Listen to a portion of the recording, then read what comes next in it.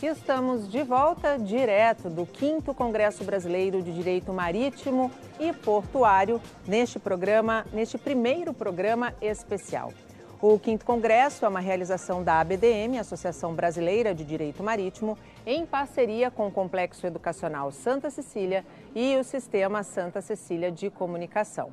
Neste segundo bloco, segue aqui comigo o nosso diretor de assuntos portuários do Sistema Santa Cecília de Comunicação, Casimiro Técio. E agora nós recebemos Lilian Bertolani, secretária-geral da Câmara de Arbitragem do Fiesp-Ciesp. Lilian, muito obrigada pela disponibilidade de estar aqui para estar falando desse tema que é tão importante. Nós abordamos, essa temática na primeira parte desse programa especial. E não é à toa que ele está elencado, como um dos painéis a serem realizados aqui pela 5ª edição do Congresso. Muito obrigada, seja bem-vinda. Eu que agradeço pela oportunidade. Obrigada. Lilian, existe um projeto de lei, na verdade, o projeto de lei número 3293, que trata de mudanças na atual lei de arbitragem. Quais são as mudanças e qual é a avaliação que é feita por quem efetivamente faz parte dessas câmaras? Bom, esse projeto ele surge na Câmara dos Deputados pelas mãos da deputada Margarete Coelho e ele quer claramente intervir na prestação de uma atividade econômica que é privada, que é prestada pelas câmaras de arbitragem, pelos centros de arbitragem. Hoje, o que a gente tem no cenário nacional é a plena autonomia da vontade das partes. As partes elas podem indicar os árbitros que elas querem, elas escolhem, e esses árbitros prestam esclarecimentos de eventuais relacionamentos ou conflitos que eles possam ter com as partes. As partes chancelam esse árbitro e a arbitragem segue seu curso. Pelo projeto da deputada Margarete Coelho, ela quer exatamente modular para que os árbitros tenham um número máximo de arbitragens que eles possam trabalhar. Então, ela quer colocar um número máximo de 10 arbitragens por árbitro. O pretexto é trazer diversidade para o mercado, mas o que a gente vê exatamente é que, com isso, ela vai impedir que as partes nomeiem um profissional de confiança que elas querem. E você colocar um número máximo de arbitragens... Você limita o trabalho desse profissional. Exatamente. É como se você dizer para um médico, olha, você só pode atender 10 pacientes. Então, isso não é verdade. Até porque o árbitro, ele não é uma profissão ser árbitro. O árbitro, ele é árbitro porque ele tem a confiança das partes. Ele normalmente é um advogado, ele é um professor universitário. Então, as câmaras, quando chamam esses profissionais para atuarem no seu corpo, ela manda um questionário justamente para que eles revelem qualquer conflito e ela pergunta, você tem disponibilidade para atuar no caso? E o árbitro se compromete a ter disponibilidade para aquele caso. E a gente sempre faz um paralelo, que ter 10 arbitragens, ter 20 arbitragens não significa ter mais ou menos disponibilidade. A gente pode ter um profissional extremamente ocupado como advogado que tem 3 arbitragens. Sim. E que ele pode ser advogado, ele pode ser professor universitário. Então, o importante não é o número, o importante é a capacidade e o comprometimento daquele profissional em atuar. Isso é o mais importante. Um outro momento desse projeto fala de revelar fatores mínimos que possam levar dúvidas a respeito do comprometimento e da isonomia daquele árbitro. A gente tem um estándar internacional, que são as regras do IBA, que justamente colocam em listas o que é relevante e o que não é relevante para que os árbitros saibam como se comportar nesse cenário internacional. Então, o mercado ele já se autorregula. E quando você fala em revelar coisas mínimas, você pode criar, na verdade, uma interferência inadequada. Por quê? Porque isso vai trazer um atraso para a fase administrativa. O que a gente precisa que seja revelado são fatores que realmente... Sejam relevantes. Sejam relevantes, exatamente. Senão, você vai ter fatores frívolos sendo usados por partes que muitas vezes estão de má fé para uma ação anulatória, o que só vai trazer prejuízo para a resolução do conflito. E aí é aquilo que a gente estava falando na primeira entrevista, no primeiro bloco. A arbitragem é um caminho extremamente interessante quando a gente compara... Exato, quer desburocratizar o processo e quer evitar a judicialização. Sim. Ainda mais quando a gente fala no nosso setor portuário, né? As causas são causas de grande monta, não são simples. Inclusive, eu posso até usar aqui, a Aline pode até me apoiar na informação, as arbitragens internacionais começaram no setor portuário, em Londres, né? Então, assim, são antigas já as arbitragens. Justamente por quê? Porque você tem problemas que acontecem no mundo inteiro, nos portos do mundo inteiro, com armadores que operam no mundo inteiro, com operadores locais no mundo inteiro. Ou seja, os atores não seguem uma regra internacional, uma lei internacional de um perdimento de carga, de um sequestro de navio, né? A gente chama de arresto, né?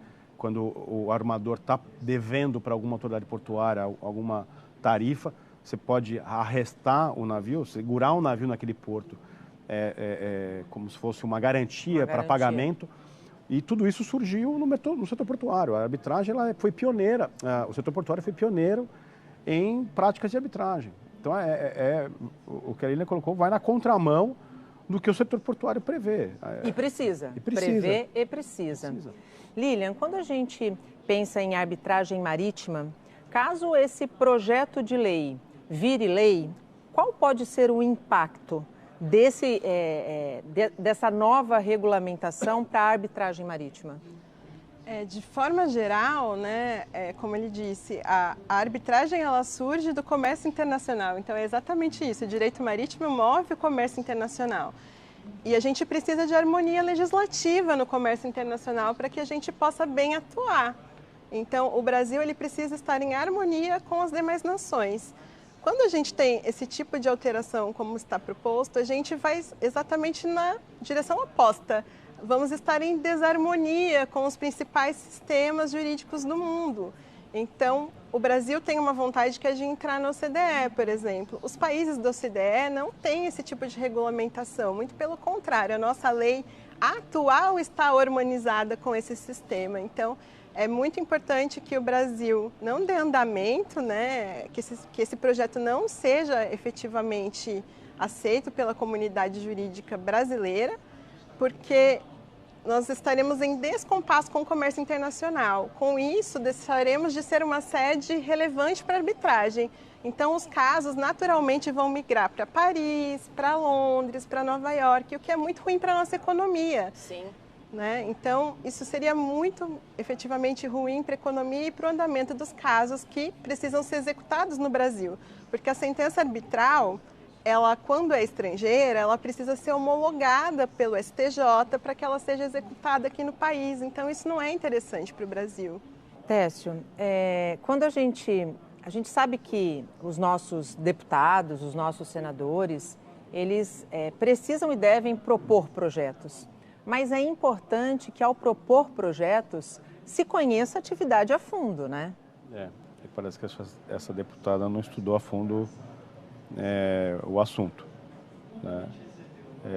Faço convite a ela estudar pelo menos o sistema de arbitragem no nosso setor portuário e marítimo para ver o quanto que ela está destruindo valor, né? Quando a gente fala de cadeias globais de valor, cadeias de suprimento, o comércio internacional, o Brasil precisa estar alinhado com o resto do mundo, né? E uma peça, um projeto de lei que vai na contramão do que o que rege, né, o relacionamento do Brasil com o mundo, ainda mais o Brasil na posição que ele está hoje, né, como superprodutor de commodity. Sim. Em meio a toda essa crise geopolítica entre Estados Unidos e China, o Brasil tem um papel importantíssimo aí no comércio internacional. Então, a gente não pode ser leviano, o Congresso não pode ser leviano em permitir que um projeto de lei desse vá à frente, né? Com certeza terão outros deputados que vão questionar isso no plenário e nas comissões, né, que vão, por onde vai passar o projeto de lei.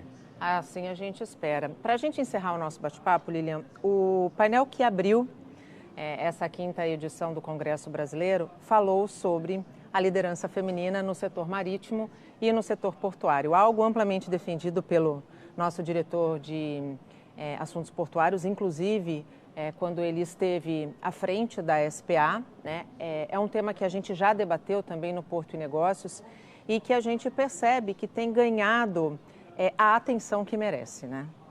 Exato. É interessante falar que as câmaras de arbitragem, os principais centros nacionais de arbitragem, firmaram um compromisso com o ERA-PLED, que é justamente para que a gente tenha diversidade nos procedimentos arbitrais. Essa diversidade, ela se dá na nomeação, quando as câmaras precisam, né, fazer a nomeação, porque alguma das partes deixou de fazê-lo. Então, as câmaras sempre buscam, dentro da especialidade desejada, a existência de uma profissional mulher para que possa atuar. E também nos eventos que o setor produz. Então, a gente sempre que temos painéis, sempre temos que ter pelo menos 30% de mulheres presentes. A gente deseja mais e a gente quer mais. É muito bacana perceber, por exemplo, que a gente sempre está produzindo as estatísticas e que nos painéis arbitrais que temos homens como coárbitros, eles já estão se preocupando também em colocar mulheres na presidência desses painéis. Então, hoje, na presidência das arbitragens da nossa Câmara, eu posso dizer com todo orgulho que temos 50% de mulheres e 50% de homens. Que é a equidade que a gente persegue, não é pelo gênero, mas pela competência, né, Técio? E entendendo, obviamente, que tanto homem como mulher têm seu espaço em qualquer ofício, né? Em qualquer mercado, em qualquer setor. Aliás, abrir o 5º Congresso com esse tema mostra o peso e a diferença de olhar que esse tema tem atraído, né? Sim. Eu acho que o setor portuário está fazendo seu papel nesse processo, com certeza. A gente faz mais um rápido intervalo e volta já já. Não sai daí.